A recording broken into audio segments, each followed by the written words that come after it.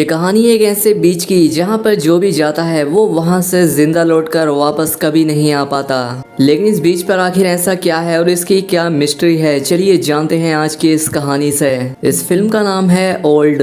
कहानी की शुरुआत होती है और हमें गाड़ी में एक फैमिली को दिखाया जाता है जिसमें हस्बैंड का नाम गाय और उसकी वाइफ का नाम प्रिस्का है। इन दोनों का डिवोर्स होने वाला है, इसीलिए डिवोर्स से पहले ये दोनों अपने दोनों बच्चों को एक फैमिली ट्रिप पर लेकर जा रहे हैं। इनमें बच्चों का नाम मैडॉक्स और ट्रेंट होता है। खैर अब इसके बाद ये लोग रिजॉर्ट पहुंच जाते हैं जहां जाकर इन्हें वेलकम ड्रिंक दिया जाता है। कुछ देर के बाद ये लोग यहाँ पर एक फैमिली से मिलते हैं जिसमें वाइफ का नाम क्रिस्टल होता है। क्रिस्टल का हस्बैंड एक सर्जन था और ये अपनी बेटी के साथ यहाँ आए थे। खैर अब ये लोग जब बैठकर बातें कर रहे होते हैं कि तभी इनके पास यहाँ होटल का मैनेजर आता है और इन्हें सजेस्ट करता है कि यहाँ पास ही में एक बहुत ही सुंदर बीच है और तुम्हें उस बीच पर जरूर जाना चाहिए। अब यहाँ पर जो होटल का मैनेजर है उसके साथ यहाँ उसका एक छोटा नेफ्यू भी रहता है। मैडॉक्स और ट्रेंट की उससे दोस्ती हो जाती है और ये यहाँ पर एक मैसेज डिकोडिंग का गेम भी खेलते हैं। अब अगले दिन ये सभी लोग बीच के लिए निकल पड़ते हैं। इनकी गाड़ी घने जंगल से होते हुए उस बीच तक पहुंच जाती है। अब ये लोग जंगल से होकर उस बीच पर जाने लगते हैं और बीच पर पहुंचकर ये लोग बहुत खुश होते हैं क्योंकि ये बीच बहुत खूबसूरत था। यहाँ पर पहले से ही एक कपल होता है। अब इसके बाद ये सभी लोग भी अपने बैठने की यहाँ पर जगह बनाते हैं और थोड़ी ही देर में इन्हें यहाँ पर बहुत सारी चीजें मिलना शुरू हो जाती हैं, जिस देखकर ये सभी लोग काफी हैरान हो जाते हैं। ये सोच में पड़ जाते हैं कि अगर यहाँ पहले भी लोग आ चुके थे तो वो अपनी चीजें वापस लेकर क्यों नहीं गए। खैर ये लोग इस बात को इग्नोर करते हैं क्योंकि ये यहाँ पर एंजॉय करने के लिए आए थे। अब गाय और प्रिस्का का छोटा बेटा ट्रेंट समंदर में नहाने के लिए जाता है और जब वो नहा रहा होता है तभी उसके पास एक डेड बॉडी आती है जिसे देखकर वो डर जाता है। वो जोर से चिल्लाता है। सभी लोग यहाँ पर आकर देखते हैं तो पाते हैं कि ये एक लड़की की डेड बॉडी थी। तभी यहाँ पर एक ब्लैक लड़का आता है। वो कहता है कि ये मेरी गर्लफ्रेंड है और मैं इसे बहुत देर से ढूंढ रहा था। हम कल रात यहाँ पर आए थे। लेकिन यहाँ पर सभी को लगता है कि इसी ने अपनी गर्लफ्रेंड को मारा है। तभी यहाँ पर सर्जन की वाइफ आती है और उससे कहती है कि तुम्हारी मोम को कुछ हो गया है। जब ये सब लोग वहाँ पर जाते हैं तो पाते हैं कि सर्जन की मोम की जान चली गई थी और हैरानी की बात ये थी कि उनकी अचानक से उम्र बढ़ गई थी जिस वजह से उनकी जान गई थी। लेकिन ये कैसे हुआ किसी को कुछ समझ नहीं आता। खैर अब जब सभी लोगों का ध्यान सर्जन की मोम की तरफ होता है तो वो ब्लैक लड़का यहाँ से भागने की कोशिश करता है। सर्जन को उस पर शक होता है। वो उसके पीछे भागने लगता है और ये दोनों भागते भागते चट्टानों के बीच वाले रास्तों में पहुंच जाते हैं और तभी इन दोनों के सर में बहुत तेज दर्द होता है। ये दोनों बेहोश हो जाते हैं और होश आने पर ये दोनों खुद को वापस बीच पर पाते हैं। किसी को कुछ समझ नहीं आता कि आखिर ये यहाँ हो क्या रहा है। प्रिस्का अपने बच्चों को लेकर परेशान होती है, इसलिए वो अपने बच्चों को ढूंढने लगती है जो कि उसे कहीं पर भी नहीं मिलते और इसीलिए वो उस कपल के पास जाती है जो कि पहले से ही यहाँ पर थे। वो दो यंग लड़कों से बात कर रहे थे। प्रिस्का उनसे पूछती है कि क्या तुमने मेरे बच्चों को देखा। प्रिस्का का ये सवाल उन दोनों को काफी अजीब लगता है। वो कहते हैं कि हम तुम्हारे ही बच्चों से तो बात कर रहे हैं। और अब प्रिस्का अपने बच्चों को देखती है जो कि कुछ ही घंटों में बहुत बड़े हो गए थे, लेकिन कैसे ये जवाब किसी के पास नहीं होता। अब यहाँ पर मैडॉक्स के फादर भी आ जाते हैं। वो अपने फादर के गले लग जाती है। उसके फादर को भी कुछ समझ नहीं आता कि आखिर ये हो क्या रहा है। और अब यहाँ पर सभी को एहसास हो जाता है कि यहाँ पर बीतते हर मिनट के साथ इनकी उम्र तेजी से बढ़ती जा रही है। सबके चेहरों पर अब झुर्रियां आने लगी थी और साथ ही सर्जन की बेटी भी अब जवान हो गई थी। यहाँ पर जो कुछ भी हो रहा है सर्जन को उसके पीछे उस ब्लैक आदमी का हाथ लगता है।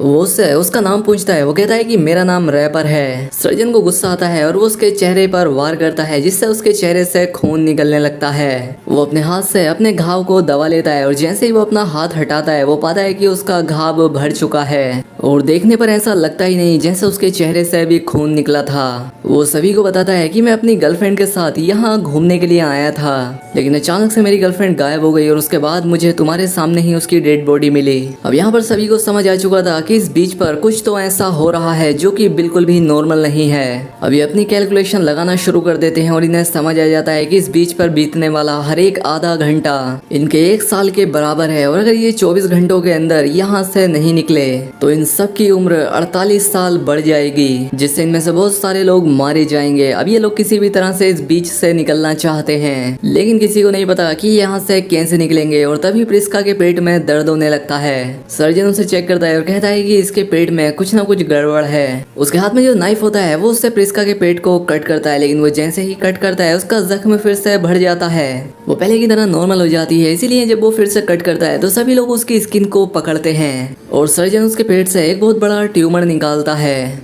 जिसके बाद उसके घाव फिर से भर जाते हैं और वो होश में आ जाती है। इसके बाद यहाँ जो ब्लैक लड़का होता है जिसकी गर्लफ्रेंड मर गई थी, वो अपनी गर्लफ्रेंड की डेड बॉडी को देखने के लिए जाता है, लेकिन जब वो उसके पास जाता है तो वो पूरी तरह से हैरान हो जाता है क्योंकि अब उसकी गर्लफ्रेंड की बॉडी पूरी तरह से स्केलेटन बन गई थी। ये यहाँ पर हिसाब लगाते हैं कि एक बॉडी को स्केलेटन बनने में कम से कम 7 साल लगते हैं, यानी कि इन्हें यहाँ पर 3.5 घंटे हो चुके हैं और इनकी उम्र 7 साल बढ़ चुकी है। वहीं ट्रेंट को दिखाया जाता है जो कि सर्जन की बेटी के साथ टेंट के अंदर गया था और कुछ ही देर बाद वो एक बच्चे को जन्म भी दे देती है। यहाँ पर सब कुछ बहुत ही तेजी से बीत रहा होता है। सर्जन उस ब्लैक लड़के को मार देता है क्योंकि उसे उस पर शक था। साथ ही सर्जन की बेटी ने जिस बच्चे को जन्म दिया था उसकी भी जान चली जाती है। साथ ही यहाँ पर जो कपल होता है जो कि यहाँ पर पहले से ही आए हुए थे, उसमें जो मेल होता है उसकी डेड बॉडी पानी से मिलती है और ठीक इसके बाद उसकी वाइफ को दौरा पड़ता है जिससे उसकी भी जान चली जाती है। सर्जन की बेटी यहाँ से निकलना चाहती है, इसीलिए अब वो चट्टान पर चढ़ना शुरू कर देती है, लेकिन जैसे ही वो ऊंचाई पर जाती है उसके सर में भी दर्द होना शुरू हो जाता है और उस ऊंचाई से गिरकर उसकी भी जान चली जाती है। अब जैसे जैसे यहाँ पर वक्त बीत रहा था सभी की उम्र बढ़ती चली जा रही थी और इसी तरह से रात हो जाती है। रात में सर्जन जो कि अब अपना दिमागी आपा हो चुका है, वो प्रिस्का के हस्बैंड पर अटैक कर देता है, लेकिन प्रिस्का उसकी मदद करती है, वो अपने पति को बचाती है, इसीलिए ये सभी लोग लड़ते हुए आपस में घायल हो जाते हैं। इसके बाद ये लोग एक केव में जाते हैं जहाँ पर सर्जन की वाइफ पहले से ही होती है, लेकिन अब वो भी बहुत ज्यादा बीमार है और बीमारी की वजह से ही उसकी भी जान चली जाती है। अब इसके बाद सुबह हो जाती है और अब हमें दिखाया जाता है कि ये सब के सब लोग मारे जा चुके हैं। बस अब यहाँ पर सिर्फ मैडॉक्स और उसका भाई ट्रेंट ही जिंदा बचे थे। इन्हें समझ नहीं आता कि इन्हें यहाँ से कैसे निकलना चाहिए और तभी इन्हें यहाँ पर याद आता है कि अभी भी इनके पास वो पेपर है जिस पेपर पे ये लोग रिजॉर्ट के मैनेजर के नेफ्यू के साथ वो गेम खेल रहे थे और इसमें एक कोडेड मैसेज होता है जिसे ये पढ़ने की कोशिश करते हैं। इन्हें समझ आ जाता है कि यहाँ से निकलने का सिर्फ एक ही रास्ता है, इन्हें समंदर की गहराइयों से होकर जाना होगा जहाँ से ये बिना बेहोश हुए निकल सकते हैं, क्योंकि अभी तक इन्होंने जितने भी रास्तों से निकलने की कोशिश की थी तो इनके सर में दर्द होता था और ये बेहोश हो जाते थे और अब इसीलिए ये दोनों बहन भाई समंदर की गहराइयों में गोता लगाकर उसके अंदर जाना शुरू कर देते हैं। लेकिन तभी पानी के अंदर मैडॉक्स के कपड़े शैवाल में फंस जाते हैं और ये पानी से बाहर नहीं निकल पाते।